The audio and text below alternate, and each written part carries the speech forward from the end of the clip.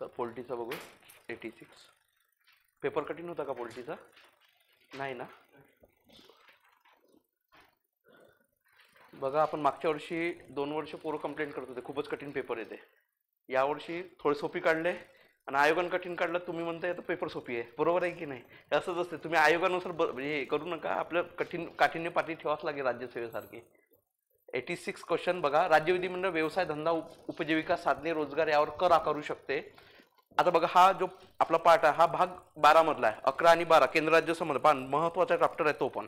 11 आणि 12 जो state central relationship आहे जे आपले सगळ्या 11 मध्ये प्रशासकीय संबंधित आहे आणि कायदेविषयक संबंध आहेत आणि 12 मध्ये सगळं कशा संबंधित आहेत आपले महसूल म्हणजे टॅक्सेशन वगैरे संबंधित सगळं भाग आपल्या 12 मध्ये आहे आपल्या कॉन्स्टिट्यूशनच्या. कंपल्सरी आर्टिकल वाईज थोडेसे लक्षात ठेवा. भाग 12 मधले जे आर्टिकल्स आहेत काही बाबतीत केंद्र राज्य संबंधातील जे आर्टिकल्स आहेत ना टॅक्स कोशाला इकॉनॉमिक्सला पण फायदा होणारच आहे तुम्हाला. त्याच्यामुळे तुम्हाला जो आपला इकॉनॉमिक्सचा पार्ट आहे राजकोषीय वगैरे त्याच्यामध्ये सेम तो 12व्या भागाचा अभ्यास आहे. तर सेम दोन्ही याला चॅप्टरला कामात येऊन जाते. एक ओव्हरलुकिंग करा कारण आपण पोलिटीला कसं होते कॉन्फिडन्स राहते करू नंतर इथं 15 पैकी तुम्ही 10च्या खाली आले तर रिझल्ट चान्सेस कमी होऊन जातात. इथे 10+ राहा म्हणजे पोलिटीमध्ये कारण छोट्या छोट्या चुका होण्याच्या पोलिटीमध्ये. आणि राज्यसभेचं जर तुम्ही बघितलं भाषा ही नॉर्मल वापरत नाही अशी. आपण जो पहिला पेपर काढला होता तुम्हाला पोलिटीचा माहित असेल जो स्पेशल पेपर होता 80 प्रश्नाचा होता ना तोपर्यंत तशी भाषा वापरते आयोग. एकदम कॉन्स्टिट्युशनल लँग्वेज वापरते. ठीक आहे तेवढं थोडंसं लक्षात ठेवा की 11वा भाग म्हणजे 11वा भाग तर येतो लगेच सोपीच आहे आपल्याला पण 12व्या भागात थोडे आर्टिकल्स वाईज थोडं कव्हर करण्याचा प्रयत्न. हा 12व्या भागामधलाच होता आपला 60वी घटना दुरुस्ती 1988ची. तर या संबंधित आहे बघा. जे राज्यांना असं हे केलं होतं की 250 रुपयावरून 2500 रुपयापर्यंत तुम्हाला टॅक्स वाढवता येईल. बघा पहिली गोष्ट कॉन्स्टिट्यूशन मध्ये ज्या गोष्टी असतात त्याच्यावरच टॅक्स लावू शकते, बरोबर आहे की नाही? म्हणजे शासन प्रशासन तेव्हाच प्रशासन करू शकते जोपर्यंत कॉन्स्टिट्यूशन मध्ये काय नाही आहे तरतूद नाही. बघा जीएसटी संबंधित जो टॅक्स होता हा जीएसटी संबंधित टॅक्स जो आहे आता हा होताच नाही तर लावू शकत होती का? नाही. म्हणून पहिले कॉन्स्टिट्युशनल अमेंडमेंट करून ते कॉन्स्टिट्यूशन मध्ये आणल्यानंतर तो अधिकार डिस्ट्रीब्यूट केला. म्हणजे सेंट्रलला मिळाला आणि कोणाला राज्यांना पण मिळाला. त्याच्यावर ते प्रशासकीय कायदे करू शकतात. मग नंतर प्रशासनासंबंधी मग कोणते विषय घ्यायचे कोणते कोणते जीएसटीचे वस्तू घ्यायचे ह्या सगळ्या ह्या घटना दुरुस्तीत येत नाही. मग ते संसद कायदा करते स्पेशल. ते असं असते.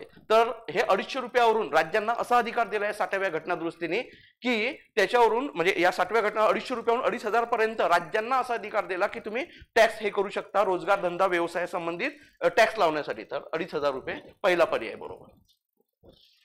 सॉरी. नंतर अनुच्छेद 134A बघा हे उच्च न्यायालयाकडून सर्वोच्च न्यायालयाकडे अपील करण्यासंबंधित आहे. ही तरतूद पूर्वी घटनेत नव्हती पण घटना दुरुस्ती अन्वये समाविष्ट करण्यात आली होती. बघा आता संबंधित आपला जो 133 आहे हा दिवाणी न्यायालय म्हणजे दिवाणी खटल्यांसंबंधित आहे. म्हणजे दिवाणी जे खटले असतील या संबंधित अपील आपण म्हणजे अपिलाचे अधिकार कोणाला आहे? सर्वोच्च न्यायालय. बघा सर्वोच्च न्यायालय असा आहे उच्च न्यायालय पण असा अधिकार आहे. त्यांना दिवाणी आणि फौजदारी अशा दोन्ही खटल्याच्या संबंधित पूर्णपणे काय असते त्यांना पॉवर असते. तर 33 मध्ये दिवाणी खटल्याशी संबंधित आहे. हे जाणून बुजून याच्यासाठी सांगतोय की हे आर्टिकल तुमच्या कानावरून गेले पाहिजे. आणि 134 कशासाठी? फौजदारी खटल्याशी संबंधित आहे ज्यात अपिलीय न्यायालय म्हणून काम करते कोण? सर्वोच्च न्यायालय. आणि याच 134 मध्ये घटना दुरुस्ती करून 44वी घटना दुरुस्ती 1978 ला काय करण्यात आले? 134A टाकून उच्च न्यायालयाकडून सर्वोच्च न्यायालयाकडे अपील करण्यासंबंधित तरतूद करण्यात आली. ठीक आहे. तर ते पर्याय नंबर 2 बरोबर येतील. हा नंतर क्वेश्चन आहे आपला 88वा जोड्या जुडवा राज्याशी संबंधित आहे आपली. बघा राज्याच्या कार्यकारी अधिकारांची व्याप्ती. आता बघा 161 मध्ये जर तुम्ही बघितलं तर काय आहे पूर्णपणे राज्यपालांचा क्षमादानाचा जो अधिकार आहे तो 161 मध्ये आहे, बरोबर आहे. आता काय हे जाणून बुजून असे जोड्या लावायचे याच्यामध्ये का टाकण्यात आले की तुमच्या इनडायरेक्टली याचा अभ्यास व्हावा. कारण आर्टिकल राज्यसभेला फिक्स असे आर्टिकल विचारत नाही स्टेटमेंट वाईज घेतात पण तरी तुम्हाला त्याची तयारी होऊन जावा. बघा 161 मध्ये आपल्याला क्षमादानाचा अधिकार दिलेला आहे आणि जी राज्याचा एक्झिक्युटिव्ह पॉवर आहे याचा 162 मध्ये दिला आहे. त्यांनी कशात दिलाय? 162. आणि तुम्हाला माहिती आहे 163 कशा संबंधित आहे? राज्यपालांना सहाय्य व सल्ला देण्यासाठी काय असेल? एक मंत्री परिषद असेल. 64 म्हणजे मंत्र्यासंबंधित तरतूद आहे. सेम जिकडे 74 75 कशा संबंधित मंत्र्यासंबंधित इकडे 164 मध्ये आहे. ठीक आहे. आणि 165 मध्ये काय आहे तर आपला ऍडव्होकेट जनरल जो आता नवीन नियुक्त झालेला आहे शराब झालेले आहेत ना कारण एक लक्षात घ्या, आणि आपले महान्यायवादी सुद्धा नवीन आलेले अटॉर्नी जनरल ऑफ इंडिया, ठीक आहे. आणि 166 कशा संबंधित आहे, मंत्री आणि महाधिवक्ता यांचे सभागृहात जे पॉवर्स असतात याचा पॉवर काय असेल हे 166 मध्ये सांगितलेलं आहे, ठीक आहे. चला, नंतर राज्यपालांना माहिती पुरवण्यासाठी मुख्यमंत्र्याचे कर्तव्य बाबी कोणतं येते, 167 बरोबर आहे. 166 सांगितले आहे. महाधिवक्ता म्हणजे महाधिवक्ता आणि कोण, मंत्री यांचे सभागृहातील पॉवर, ठीक आहे. नंतर राज्य विधिमंडळाचे अधिवेशन स्थगित ठेवणे, विसर्जित करणे कोणाला अधिकार आहे, राज्यपालांना, बरोबर 174. आणि विशेष अभिभाषण करणे राज्यपालांचे 176 म्हणजे पहिला चौथा 3 नंबर, ठीक आहे. पेपर पूर्ण वेळ द्या. तुम्हाला मी अजूनही सांगतोय, काही आपले कार्यकर्ते पाऊण तासातच पेपर देऊन सोडून गेले, बरोबर आहे की नाही. वरतून तो मी हे नाही म्हणत आहे, तुम्ही आता शेवटचा पेपर जो राहणार आहे कितीही बोर झाले 2 तास इथंच काढा किती, कारण तुम्ही या सवय लावू नका. राज्यसेवेला प्रॉब्लेम काय आहे, तुम्ही सगळ्यात महत्त्वाचं कंबाईन सारखं काम करू नका, टिकवून खेळा. आपली कसोटी मॅच आहे इथं, टिकवून 2 तास. म्हणजे पहिल्यांदा मी सांगितलं होतं, पहिल्या शॉटला 30 प्रश्न जरी झाले 3 फेऱ्या तयार करा तुमचे आधीच. आता या पेपर पासून आपल्या डोक्यात ठेवा, अभ्यास करताना मी 3 फेऱ्यातच पेपर सोडवणार आहे. पहिली फेरी, दुसरी फेरी, तिसरी फेरी. पहिल्या फेरीमध्ये 30 जरी आले तरी तुमच्या हातामध्ये 60 मार्क आले, बरोबर आहे की. म्हणजे ते 30 प्रश्न असे करा, तुम्ही काय करणार, असेल किंवा नसेल, असेल किंवा नसेल डायरेक्ट गोल करा त्याला. शुअर शॉट जो पहिल्या दमामध्ये सुटतायत ते पहिल्यांदा खेळत चला. पहिल्या जोपर्यंत खेळाल तुम्ही, पहिल्या सुरू 30 आले 25 आले तरी तुम्हाला ॲव्हरेजली करते, कारण वेळ आहे 2 तासाचा आपला. टेस्टला तेच सवय लावा की ॲव्हरेजली जो टायमिंग मिळणार आहे तुम्हाला, त्या टायमिंगमध्ये एकच डोक्यात घ्या की पहिल्या फेरीत किती प्रश्न सुटते, आणि तुम्हाला त्याच्यातून कॅल्क्युलेशन घेता येते की रिस्क किती फॅक्टर घ्यायची आहे. जर तुमचे 25च झाले असेल पहिल्या फेरीत तर रिस्क फॅक्टर वाढणार आहे. 35च्या जवळपास गेले असेल तर रिस्क नाही आहे तुम्हाला काही, म्हणजे पुढं ज्या कमीत कमी प्रश्न सोडले तरी तुमचा स्कोर क्रॉस होऊ शकतो. तर असे 3 फेऱ्या तयार ठेवा की दुसऱ्या फेरीमध्ये थोडाच कन्फ्यूज आहे असे प्रश्न सोडवा, आणि तिसऱ्या फेरीमध्ये तेच आहे की एलिमिनेशन पद्धत जमते का बघायचं आणि पुढे जायचं, ठीक आहे. संयुक्त राज्य सेवा जॉईंट जो स्टेट पब्लिक सर्व्हिस कमिशन आहे या संबंधित आहे. एकदम सोपी प्रश्न होता हा. आता तुम्हाला माहिती आहे 315 क्लॉज नंबर 2 मध्ये काय दिलेलं आहे की कॉन्स्टिट्यूशन सांगते की असं जोपर्यंत ते 2 राज्याच्या विधानसभा तशा प्रकारचा ठराव पास करून कोणाला सांगत नाहीये, संसदेला सांगत नाही, तोपर्यंत काय करू शकत नाही, असं संयुक्त लोकसेवा आयोग स्थापन केला जाऊ शकत नाही. मग संसद करू शकते, म्हणजे वैधानिक आहे. हे कुठं सांगितलेलं आहे, 315(2) मध्ये.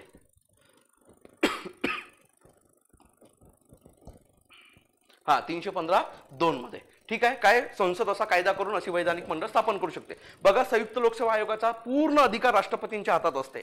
दोन्ही म्हणजे जे काही म्हणतो राज्यांचे जे काही असेल, कोण त्याचा चेअरमन असेल, मेंबर, हे सगळी निवड सुद्धा त्यांच्याच हातात असते. त्याला पदावरून दूर सुद्धा राष्ट्रपतीच करू शकतात. सेम, फक्त एकच इश्यू काय आहे, जो संयुक्त राज्य लोकसेवा आयोग आपला अहवाल दरवर्षी विधानसभेला सादर करावा लागते, त्यावेळेस प्रत्येक संयुक्त लोकसेवा आयोग त्या राज्य म्हणजे जे राज्याशी संबंधित असेल त्या राज्याच्या राज्यपालांना सादर करतील. राज्यपाल फक्त एकाच ठिकाणी येतो, तो म्हणजे कसा, अहवाल स्वीकारण्यासाठी फक्त. बाकी सेवा सरती असेल, त्यांची संख्या ठरवायची असेल, सगळं कोण ठरवते, राष्ट्रपती, ठीक आहे. हा, इथं विचारले किमान आणि कमाल वय किती असेल, तर किती असेल, 62 वर्ष आणि 6 वर्ष, ठीक आहे. युपीसीचे 65 वर्ष आणि 6 वर्ष, आणि स्टेट पब्लिक सर्व्हिस कमिशनचे 62 वर्ष 6 वर्ष, ठीक आहे. चला, कॅगशी संबंधित आहे. कॅग अचूक विधान निवडा. आता सगळ्यात महत्त्वाचा आपल्या भाग किती मध्ये आहे, 5. प्रकरण 5 आयोगाने प्रकरणाच्या युपीसीला विचारलेलं आहे, प्रकरण 5, आणि त्याच्यामध्ये 148 ते किती 151 का 52 असं काहीतरी आहे आर्टिकल. इथपर्यंत आपला कॅगशी संबंधित आहे. सगळ्यात महत्त्वाचा ऑडिट जो करण्याशी संबंधित हेड जो काय म्हणतो ऑडिट हेड, म्हणजे ऑडिट करण्यासाठी सगळं हेड कोण आहे, कॅग आहे. आता यांची निवड कोण करते, भारताचे राष्ट्रपती. पदावरून दूर कोण करते, संसद, ठीक आहे. आणि पदावरून दूर करण्यासाठी विशेष बहुमत लागते. विशेष बहुमत कोणाकोणाला लागतो, सर्वोच्च उच्च न्यायालयाचे न्यायमूर्ती, कॅग यांना जे लागते, निवडणूक आयोग सेम तोच विशेष बहुमत लागतं, ठीक आहे. स्वतंत्र तरतूद पहिली बरोबर आहे. सर्वात महत्वाचे अधिकारी असे म्हटले आहेत कोणाला, कॅगला. डॉक्टर आंबेडकरांनी कार्यकाल घटनेत स्पष्ट केलेला आहे का, कार्यकाल नाही, पण कोणासारखा असेल, सर्वोच्च न्यायालयाच्या न्यायमूर्तींसारखं. सर्वोच्च न्यायालयाच्या न्यायमूर्तींचा 6 किंवा 65, त्यामुळे हा पर्याय चुकलेला आहे. सगळ्यात महत्वाचा कार्य कोणतं आहे, कॅगचा. कधी कधी आयोग स्टेटमेंट वाईज येऊ शकते. सगळ्यात महत्वाचं काम कोणतं आहे, घटनेत आणि काय रे जे संशोधन केलेले कायदे आहे कशाशी संबंधित, वित्ताशी संबंधित कायदे केले आहे, याला उन्नत राखणे हा मेन काम कोणाचा आहे, कॅगचा आहे. लक्षात घ्या, घटनेत आणि कशामध्ये संशोधन केलेले कायदे उन्नत राखणे, पण कशाशी संबंधित, वित्ताशी असलेले कायदे उन्नत राखणे म्हणजे त्यांचे रक्षण करणे हे मेन काम कोणाचं आहे, कॅगचं आहे. फक्त एवढं लक्षात ठेवा, ए आणि बी. नियुक्ती कोण करते, राष्ट्रपती. त्यामुळे हे चुकलेलं आहे, फक्त अ आणि ब पहिला पण. नंतर 92वा क्वेश्चन, खाली विधाने वाचा, दिले योग्य पर्याय निवडा. बघा, हा आता मोस्ट ऑफ इम्पॉर्टंट प्रश्न आहे राज्यसभेला, कारण करंटचा इश्यू झालाय. आपल्या 28 डिसेंबर 2022ला आपल्या विधानसभेने, महाराष्ट्र विधानसभेने लोकपाल अधिनियम 2022 संमत केलेला आहे, जो सगळ्यात महत्त्वाचा 1971ची काय घेणार आहे, जागा घेणार आहे. तो व्हेरी इम्पॉर्टंट, तो करंटचा पण इश्यू आहे आणि हा आपला त्याला एक हिस्टोरिकल बॅकग्राऊंड दिलेला आहे, संबंधित आहे. बघा, आता जो 1971चा कायदा आहे आपला महाराष्ट्र लोकपालचा, तो जाऊन आता कोणता येणार आहे, 2022. त्याची तारीख सुद्धा विधानसभेची लक्षात ठेवा, 28 डिसेंबर 2022 ही तारीख आहे. त्या दिवशी पास झालाय, कारण हे असं फेकणार म्हणजे फेकणार, आयोगाला जर टाकाचं काम पडलं तर. दुसरी गोष्ट, हा कायदा सगळ्यात मध्ये वास्ट आहे आणि एकमेव कायदा राहील भारतामधला आता, जो आधी कर्नाटकचा होता सगळ्यात स्ट्रॉंग, पण आता कोणाचा राहणार आहे, महाराष्ट्राचा. कारण आपले सीएम सुद्धा आता कोणाच्या अधीनस्थ येणार आहेत, या 2022च्या कायद्याच्या अधीनस्थ येणार आहे. आणि याचे जो काही चेअरमन असतील ते कोण असतील, लोकपाल कोण असतील, तर हायकोर्टचे माजी म्हणजे निवृत्त कोण असतील, चीफ जस्टिस असतील किंवा सर्वोच्च न्यायालयाचे निवृत्त जस्टिस असतील. हे लक्षात ठेवा. यांची निवड कोण करेल, ते एक निवड समिती करेल. आणि सगळ्यात पहिल्यांदा असं मेन्शन झालं उपमुख्यमंत्र्याची त्याच्यात मेन्शन करण्यात आलेलं आहे. म्हणजे सीएम असेल, उपमुख्यमंत्री असेल, विधानसभा विधान परिषदेचे दोन्ही विरोधी पक्ष नेते असतील, एक सभापती पण असतील आणि कोण असतील, आपले स्पीकर पण असतील. हे सगळं सांगितलं. अजून कोण असतील त्याच्यामध्ये, हायकोर्टचे करंट मधले चीफ जस्टिस हायकोर्टचे असतील. एवढे लोक या निवड समितीमध्ये असेल लोकपालाचा. हा करंटचा इश्यू आहे, लक्षातच ठेवा. आयोगाचा मोस्ट ऑफ फेवरेट राहू शकते हा क्वेश्चन, यावेळेस प्रश्न तो राहणार. यांची निवड झाली. एकूण सदस्य किती, एक लोकपाल असतील, सदस्य कोण असतील, 4 असतील. त्यामध्ये 2 कोण असतील, सरकारी असतील आणि 2 एक आपण याच्यामध्ये कायद्याचे असतील आणि 2 गैरसरकारी असतील असे. आणि यांना 25 वर्षाचा अनुभव लागेल. आणि आता अन्वेषण किती, 24 महिन्यात अन्वेषण झाला पाहिजे आणि निकाल 1 वर्षाच्या आत दिलेला. विशेष न्यायालय स्थापन केलं जाईल आणि याच्या अधीनस्थ कोणाला आहे, सीएम, माजी सीएम म्हणजे एक्स सीएम पण येतील. एक्स सीएम किंवा करंट मधले सीएम वर जर कारवाई करायची असेल लोकपाला अंतर्गत, तर विधानसभेच्या 2/3 मेंबरनी काय दिली पाहिजे, मेजॉरिटी दिली पाहिजे. त्यांनी मेजॉरिटी दिली तर त्यांच्या विरोधात सुद्धा लोकपाल काय करता येईल, कारवाई केल्या जाऊ शकते. मंत्र्यांच्या विरोधात करायचं असेल, राज्यपालांची काय लागेल, परवानगी लागेल. जर विधानसभा विधान परिषदेच्या सदस्यांच्या म्हणजे आमदारांच्या विरोधात करायचं असेल तर कोणाची परवानगी लागेल, त्या पीठासीन अधिकाऱ्यांची. म्हणजे विधानसभेचे असतील तर स्पीकर लागेल आणि विधान परिषद असतील तर चेअरमन लागतील, यांची परवानगी लागेल. लक्षात घ्या. सगळे सरकारी अधिकारी असतील, गव्हर्नमेंटचे अधिकारी असतील, सेंट्रल गव्हर्नमेंटचे तर सेंट्रलची परवानगी लागेल आणि स्टेटचे असतील तर आपल्या तिथले त्याचा जो सर्वोच्च अधिकारी असेल त्यांची परवानगी घेऊन त्यांच्या लोकपालानुसार कारवाई केली जाईल. हा असा कायदा जो 1971चा जो कायदा होता महाराष्ट्राचा, हा तर चुकलेलाच आहे आपला. 1971चा कायदा जो होता महाराष्ट्र, त्याच्या आधी भ्रष्टाचार प्रतिबंधक अधिनियम आहे, माहिती आहे तुम्हाला. 1977चा हा राज्यसभा मेन्सला येणारच आहे तुम्हाला. हा भ्रष्टाचार प्रतिबंधक अधिनियम आता या अधीनस्थ आलाय, कोणत्या 2022च्या कायद्याला लागू होणं. म्हणजे 2022च्या लोकपालाच्या कायद्याअंतर्गत आता भ्रष्टाचार प्रतिबंधक अधिनियमानुसार कारवाई करता येईल. सगळ्यात महत्वाचं म्हणून एवढा वास्ट कायदा बनलेला आहे आता. हे करंटचे सगळे लक्षात ठेवा. बघा, योग्य पर्याय निवडा. लोकायुक्त संस्था स्थापन करणारे महाराष्ट्र पहिले राज्य आहे, बरोबर आहे. लोकायुक्त संस्थेची स्थापना प्रथम छत्तीसगडमध्ये, प्रथम कुठे झाली होती, त्यावेळेस महाराष्ट्रात झालेली होती. त्यामुळे ही स्टेटमेंट चुकली आहे 71ची. हा, लोकायुक्त संस्थेचा कायदा ओडिसाने 1970 मध्ये केलेला आहे, बरोबर आहे. 70चा ओडिसाचा होता. कर्नाटक लोकायुक्त संस्था संपूर्ण देशात सर्वात प्रभावशाली म्हणून ओळखली जात होती पाहिजे होता आता, कारण आता आहे का ते नाही. आता कोणाचा आहे कायदा सर्व स्ट्रॉंग, महाराष्ट्राचा आहे. ठीक आहे, म्हणजे बरोबर आहे. आताच आपण विचार केला तर बरोबरच होता. अ क ड बरोबर आहे. ठीक आहे, अ क ड तिसरा पर्याय.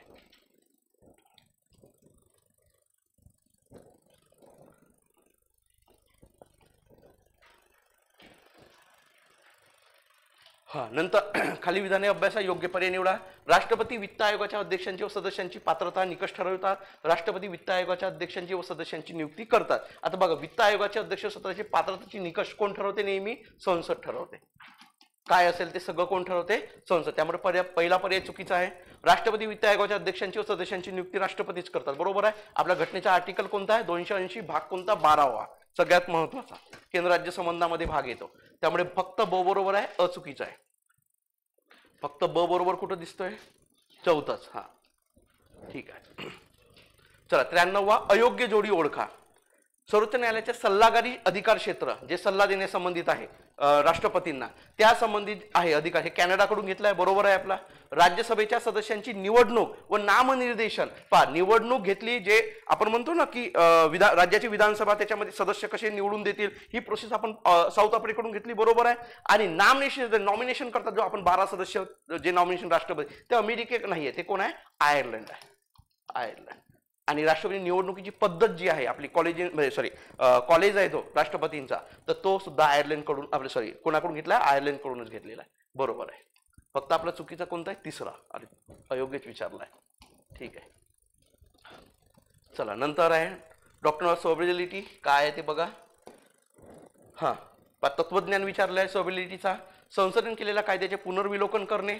बघा हा जवळपास बरोबर आहे, पण पूर्णपणे बरोबर नाही, कारण तिसरा पर्याय आपल्यासाठी एक बरोबर. असं कधी कधी आयोग टाकते 2 उत्तर जवळपास बरोबर असतात, पण त्यातलं मेन उत्तर त्यात पाहायचं असते, कारण आपल्याला डॉक्टर ऑफ सर्व्हिलिटी विचारलेला आहे. ठीक आहे. बघा काय असते, कोणताही कायदा झाला, कोणताही काय ज्युडिशियल रिव्ह्यूचा अर्थ म्हणजे आपण जे आपला आर्टिकल 13 आहे याच्यात 1 क्लॉज 2 क्लॉज 3 क्लॉज चा अर्थ रद्द झाला 1973 ला. बरोबर आहे. क्लॉज 1 काय सांगतो? सगळ्यात महत्वाचा क्लॉज 1 हे सांगतोय की 26 जानेवारी 1950च्या आधी, म्हणजे आपला गणराज्य होण्याच्या आधी जे काही कायदे होते अस्तित्वात आणि ते लागू पण होते, त्या कायद्याचे 26 जानेवारी 1950 नंतर जी आपली घटना लागू झाली आहे, त्या घटनेच्या कोणत्याही भागाला जर काय करत असेल, काउंटर करत असतील, तर ते काय होतील? त्याच काळात रद्द होतील, असं क्लॉज नंबर 1 सांगतोय. क्लॉज 2 काय सांगते? 26 जानेवारी 1950च्या नंतर, म्हणजे घटना लागू झाल्यानंतर घटनेनुसार कोण कायदा बनवेल? संसद बनवेल, राज्य विधिमंडळ करतील, सरकारी कामकाजासाठी एक्झिक्युटिव्ह काउन्सिल त्यांचे प्रशासकीय हे चालतील. हे जर असतील, हे घटनेचं उल्लंघन करणारे असतील, तर तो त्याच वेळेस काय ठरतो? रद्द ठरतो. हे क्लॉज नंबर 2 सांगते.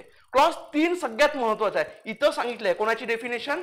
कायद्याची डेफिनेशन. कायदा नक्की कोणाला म्हणायचा? तुम्हाला माहिती आहे त्याच्यामध्ये कायदे कोणाकोणाला म्हणायचं आहे? आपण काय म्हणतोय, संसदेने केलेले कायदे काय असतात, आणि आपलं काय म्हणतो सरकारने केलेले नियम अधिनियम यांना सुद्धा कायदे म्हणायचे आहे. राज्यपालांनी केलेले काय असते? राज्यपाल राष्ट्रपती यांनी केलेलं अध्यादेश असते. हे सगळे कोणाच्या अधीनस्थ येतात? कायदा या डेफिनेशनची. आणि महत्वाच्या प्रथा परंपरा सुद्धा कशाच्या अधीनस्थ येतात? कायदा या डेफिनेशनच्या अंतर्गत येतात. आपली घटना सांगतोय, म्हणजे तुम्हाला उदाहरण मागच्या एका पेपरला दिलं होतं बघा.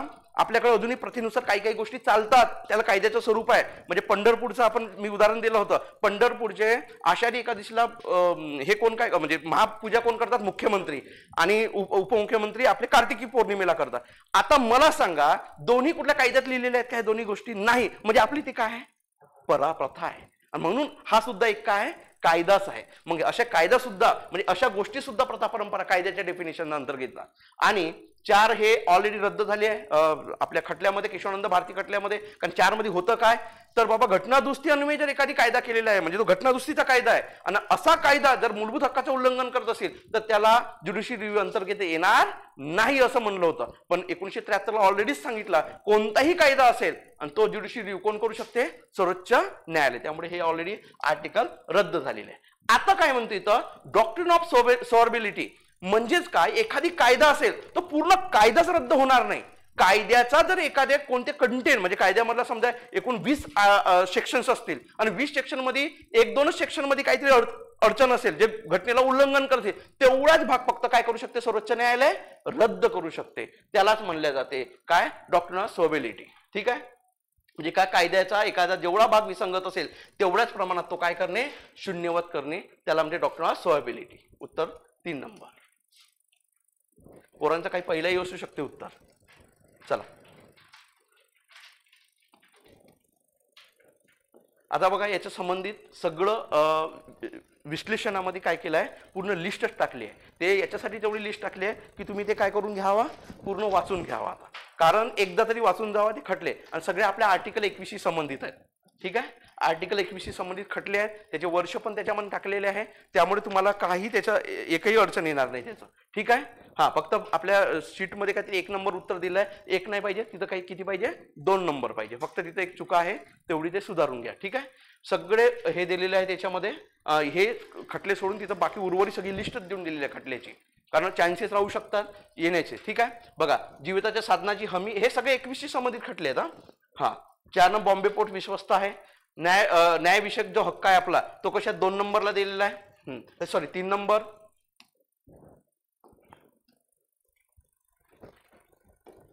हा, जीविताची हमी बॉम्बे पोर्टचा खटला होता. न्याय खटला हक्क झाहिरा हबीबुल्ला हिच्या संबंधित आहे.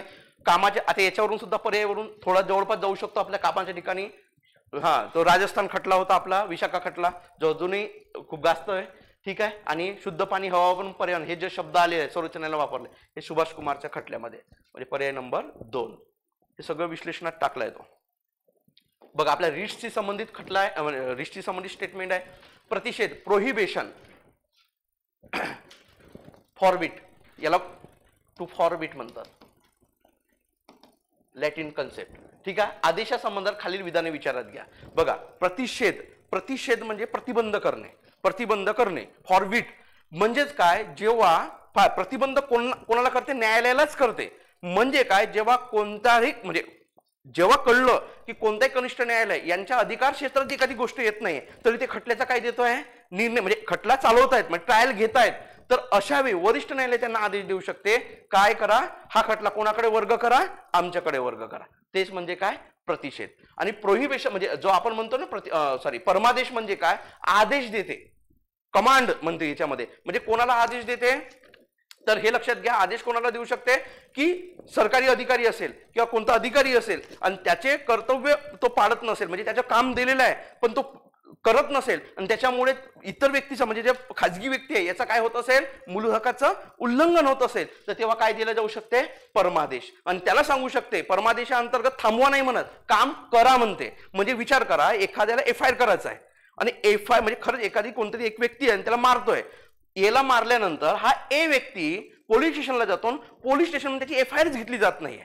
म्हणजे बघा, याची FIR घेतल्या जात नाहीमुळे याला काय झालंय, मूलभूत हक्काचं काय झालंय, याचा उल्लंघन झालंय. आणि हा एक्स नावाचा अधिकारी, म्हणजे जो तिथला इन्चार्ज असेल, तो काय करतोय, FIR घेतच नाही किंवा FIR त्याची नोंदवूनच घेत नाहीये. म्हणजे ए व्यक्तीच्या मूलभूत हक्काचं उल्लंघन जेव्हा होते, तेव्हा सर्वोच्च न्यायालय किंवा उच्च न्यायालय काय देऊ शकते, परमादेश, म्हणजे आदेश देते, कमांड, आम्ही आदेश देतोय का तुम्ही या ए व्यक्तीची काय करा, FIR ची नोंद करा.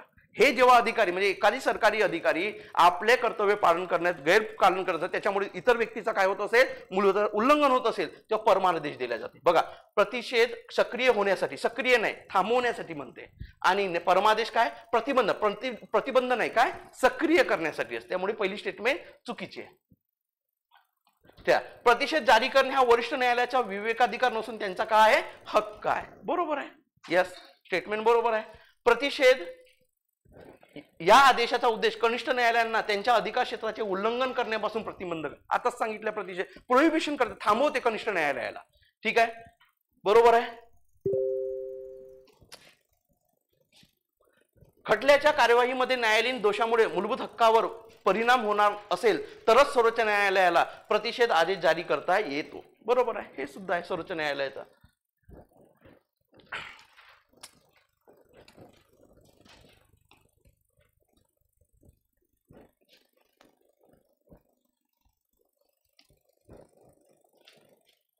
चला, उत्तर काय असेल, बरोबर. हा, ब क ड. बघा, नंतर स्थानिक स्वराज्य संस्थे संबंधित आहे. बघा, इथं थोडंसं मलाही माहिती आहे की ह्या म्युनिसिपल कायद्याचा काही लगेच लॉजिक लागत नाहीये, पण पर्याय आपल्या आयोगाचा सापडत होता. पहिली महत्वाचं आहे, मेवला आर्थिक विकेंद्रीकरणाचा जनक असे म्हणतो, बरोबर आहे की नाहीये. मग आर्थिक विकेंद्रीकरणाचा जनक म्हणतो, हे मेवचा कार्यकाळ काय 1870च्या जवळपासचा आहे, बरोबर आहे की नाही. 70, 71, 72, 73चा कार्यकाळ आहे ना त्याचा. हा, मग आपण एक तेवढं पकडलं. दुसरी गोष्ट महत्वाचं बघा, एक हब हाऊस कमिटी होती, ज्याला रॉयल कमिशन म्हणतात. आता तुम्हाला एक सांगायचं म्हणजे काय, तुम्ही करण मधल्या जे जुने गाव असतील, जुने गाव छोटे मोठे झालेले आता गाव, या गावात जे पहिले ज्या ग्रामपंचायत दिसतात ना तुम्हाला जुन्या, त्या सगळ्या ग्रामपंचायत जर तुम्ही बघितल्या त्या रॉयल कमिशन नुसार स्थापन झालेल्या आपल्या भारतात. हे लक्षात घ्या. जे जुने गाव आहेत, नवीन गाव नाही म्हणतो, जेवढे जुने गाव दिसतील तुम्हाला जुने, म्हणजे त्यांची आता नगर परिषद वगैरे झाले असतील, नगरपंचायत झाले असतील काही गाव, तर त्या ग्रामपंचायत तुम्ही हिस्ट्री पाहिलं तर 1922-23 ची त्यांची स्थापना आहे. आणि हे सगळे हा कमिशन 1907चा होता. आणि या कमिशन नुसारच आपला काय करणार, म्हणजे सॉरी हा विकेंद्रीकरण आयोग स्थापन करा. आणि त्याच्यानुसार म्हणजे हा साधारणतः 1919च्या दरम्यानचा आहे. आणि याच्यानुसार मग काय करण्यात आलं, ग्रामपंचायत स्थापन करण्यात आलं आपल्या स्थानिक स्वराज्य संस्थेच्या. ठीक आहे. तर याच्या बघा हा पहिला पर्याय आहे. 1899च्या दरम्यान कलकत्ता म्युनिसिपल ऍक्ट आलेला होता, म्हणजे नंबर 2. हॉबहाऊस 1907ला. आणि 1919चा जो काही विकेंद्रीकरण आयोग आहे तर हा केव्हाचा आहे, साधारणतः आपण 1919चा, म्हणजे हे 4 नंबरला, हा 3 नंबरला. आता तुम्हाला माहित असेल 1919चा कायदा आला होता, माहित आहे. त्याच्यामध्ये सगळ्यात महत्वाची गोष्ट काय करण्यात आलेली होती की स्थानिक स्वराज्य संस्थेला पूर्ण फुल्ली काय देण्यात आले, भारतीयांना अधिकार देण्यात आले. म्हणजे जे स्वातंत्र्य म्हणतो आपण ते पूर्णपणे कशाने ऍक्सेप्ट करण्यात आलेलं होतं, स्थानिक स्वराज्य संस्थे. आणि त्याचं सगळं बेनिफिट कोणाला जाते, रॉयल कमिशनला जाते. हे लक्षात ठेवा. ठीक आहे. पर्याय काय येणार, ड क अ ब नंबर 2. चला नंतर 73व्या घटनादुरुस्तीने योग्य वर्गीकरण करा. पंचायतीचा कमाल कालावधी, अरे पहिला आपल्याला विचारलं ऐच्छिक किंवा अनैच्छिक कामा. बघा लॉजिक इथंच लागतोय.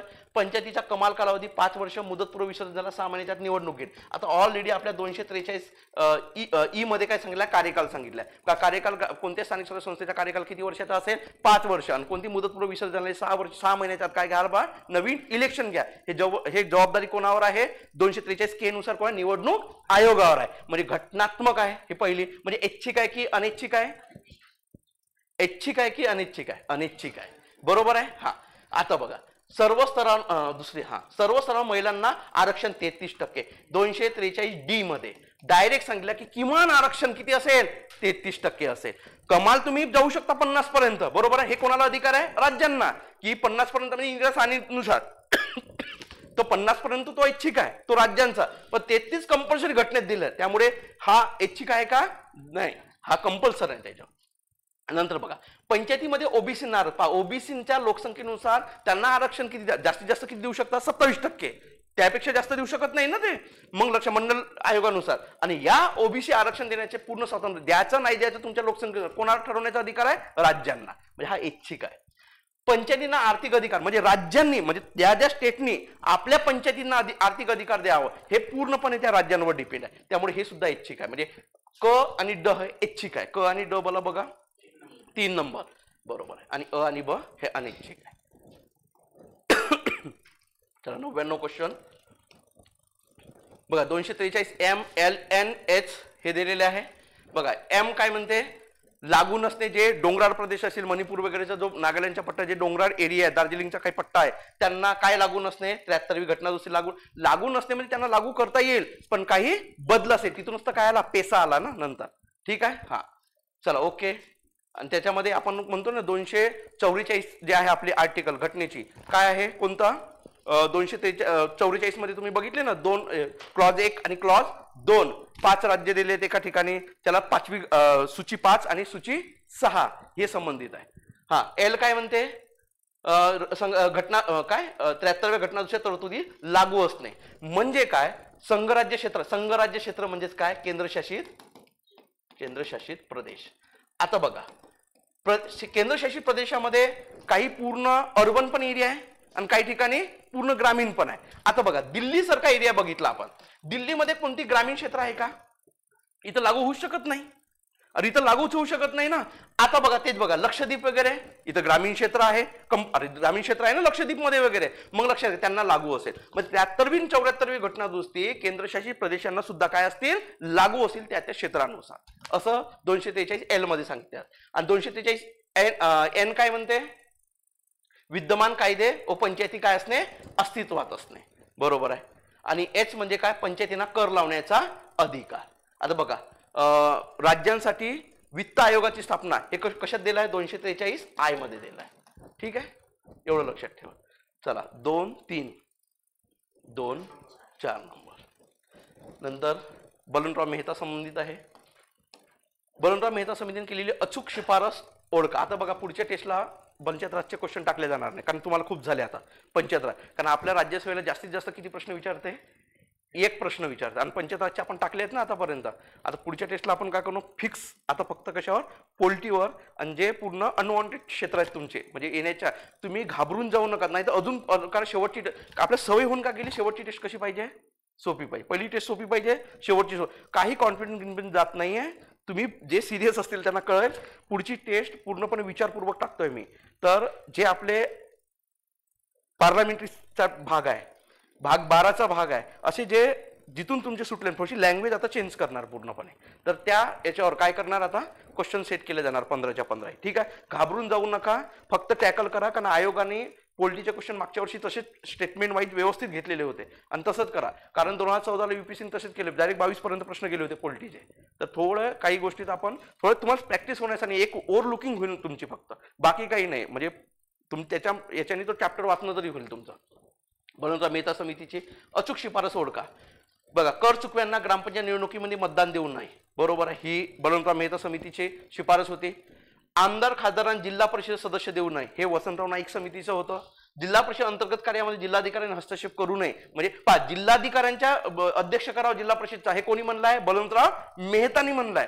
जिल्हा परिषदचा अध्यक्ष हा कोण असावा? जिल्हाधिकारी, हे बलवंतराव मेहतानी म्हणला. आणि वसंतराव नाईक म्हणे की कलेक्टरला त्याच्यामध्ये काय देऊ नका, इंटरफेअर करू देऊ नका. वसंतराव नाईक यांचं म्हणणं होतं. त्यामुळे हे सुद्धा वसंतराव नाईकांचे आहे. जिल्हा परिषद सहकारी संस्थांकडून 5 सहयोगी सदस्य निवडा, हे सुद्धा वसंतराव नाईक समितीचं आहे. फक्त पहिला पर्याय काय? बलवंतराव मेहता समितीचा अचूक विधान निवडा. हे का टाकण्यात आलंय असं स्टेटमेंट? हे तुम्ही अनवॉन्टेड वाचले, तुम्हाला फक्त एवढंच वाटलंय की 3 टायर आणलाय, विकेंद्रीकरण केलाय. याच्या पेक्षा वेगळे स्टेटमेंट त्याच्यामुळे टाकले. दुसरी गोष्ट सगळ्यात महत्वाची, आपली पहिली भारतातली पहिली योजना होती, कोणती होती? 1952ची समुदाय विकास कार्यक्रम आणि एक्सटेन्शन कार्यक्रम. हे दोन्ही थोडे ओव्हरलुक करा. 5 मिनिटं लागेल फक्त वाचायला. जे समुदाय विकास कार्यक्रम आला आणि एक्सटेन्शन, समुदाय म्हणजे सगळ्या समूहाचा काय करणे? विकास करणे. म्हणजे आता बघा लक्षात घ्या, त्याच्यामध्ये 2 प्रोग्राम होते. एक 1953ची एक्सटेन्शन प्रोग्राम होती. म्हणजे बघा, समुदाय विकास कार्यक्रम, कम्युनिटी डेव्हलपमेंट प्रोग्राम, याच्यानुसार गावात बेसिक गोष्ट काय गरजेचं आहे? शाळा. अरे गावात बेसिक गोष्ट काय गरजेची आहे? शाळा. म्हणजे शाळा असेल तेव्हाच एज्युकेशन वाटेल ना. म्हणजे शाळा बांधणे हे कोणाचं काम आहे? CDPचा. एक्सटेंड करायच्या शाळेला कोण करेल? एक्सटेन्शन. म्हणजे शाळेत शिक्षक कोण आणणार? शिक्षक आणणार. एक्सटेन्शन प्रोग्राम म्हणजेच काय? विस्तार कार्यक्रम. अरे समुदाय विस्तार कार्यक्रम होता ना तो. विस्तार कार्यक्रम लक्षात घ्या, शिक्षक आणणार आणि CDP काय आणणार? शाळा आणणार. बघा, दवाखाना कोण मानून देणार? CDP. आणि डॉक्टर कोण आणणार? म्हणजे त्या योजनेला एक्सटेंड कोण करत आहे? 1953ची एक्सटेन्शन प्रोग्राम. लक्षात घ्या, तुम्हाला जे व्हिडिओ पोस्ट आले आहेत ना, ते जवाहरलाल नेहरूची कृपा आहे. व्हिडिओ जे पोस्ट आहे ना आपल्या MPC मध्ये, हे जवाहरलाल नेहरूंची कृपा आहे. खरंच आहे. त्यावेळेस या प्रोग्राम अंतर्गत चालू झाली होती तुमची ग्रामसेवकची पोस्ट. आणि कोणती पोस्ट? व्हिडिओची पोस्ट. व्हिडिओ विस्तार अधिकारी सुद्धा पोस्ट. आणि कोणती? ZPचा CEO. हळू मग ते पुढे एक्सटेंड केलं ना त्यांनी. पण मेन व्हिडिओ आणि विस्तार अधिकारी जी पोस्ट जर आणली असेल, ते 1953च्या एक्सटेन्शन प्रोग्राम अंतर्गत आणलेले आहे. ठीक आहे, तर हे लक्षात ठेवा. फक्त एक लॉजिक सांगितलं, कारण वेळ नाही आता ते पंचायत राजचं सांगायला. तर हे एवढ्या गोष्टी डेफिनेटली लक्षात ठेवा. ठीक आहे.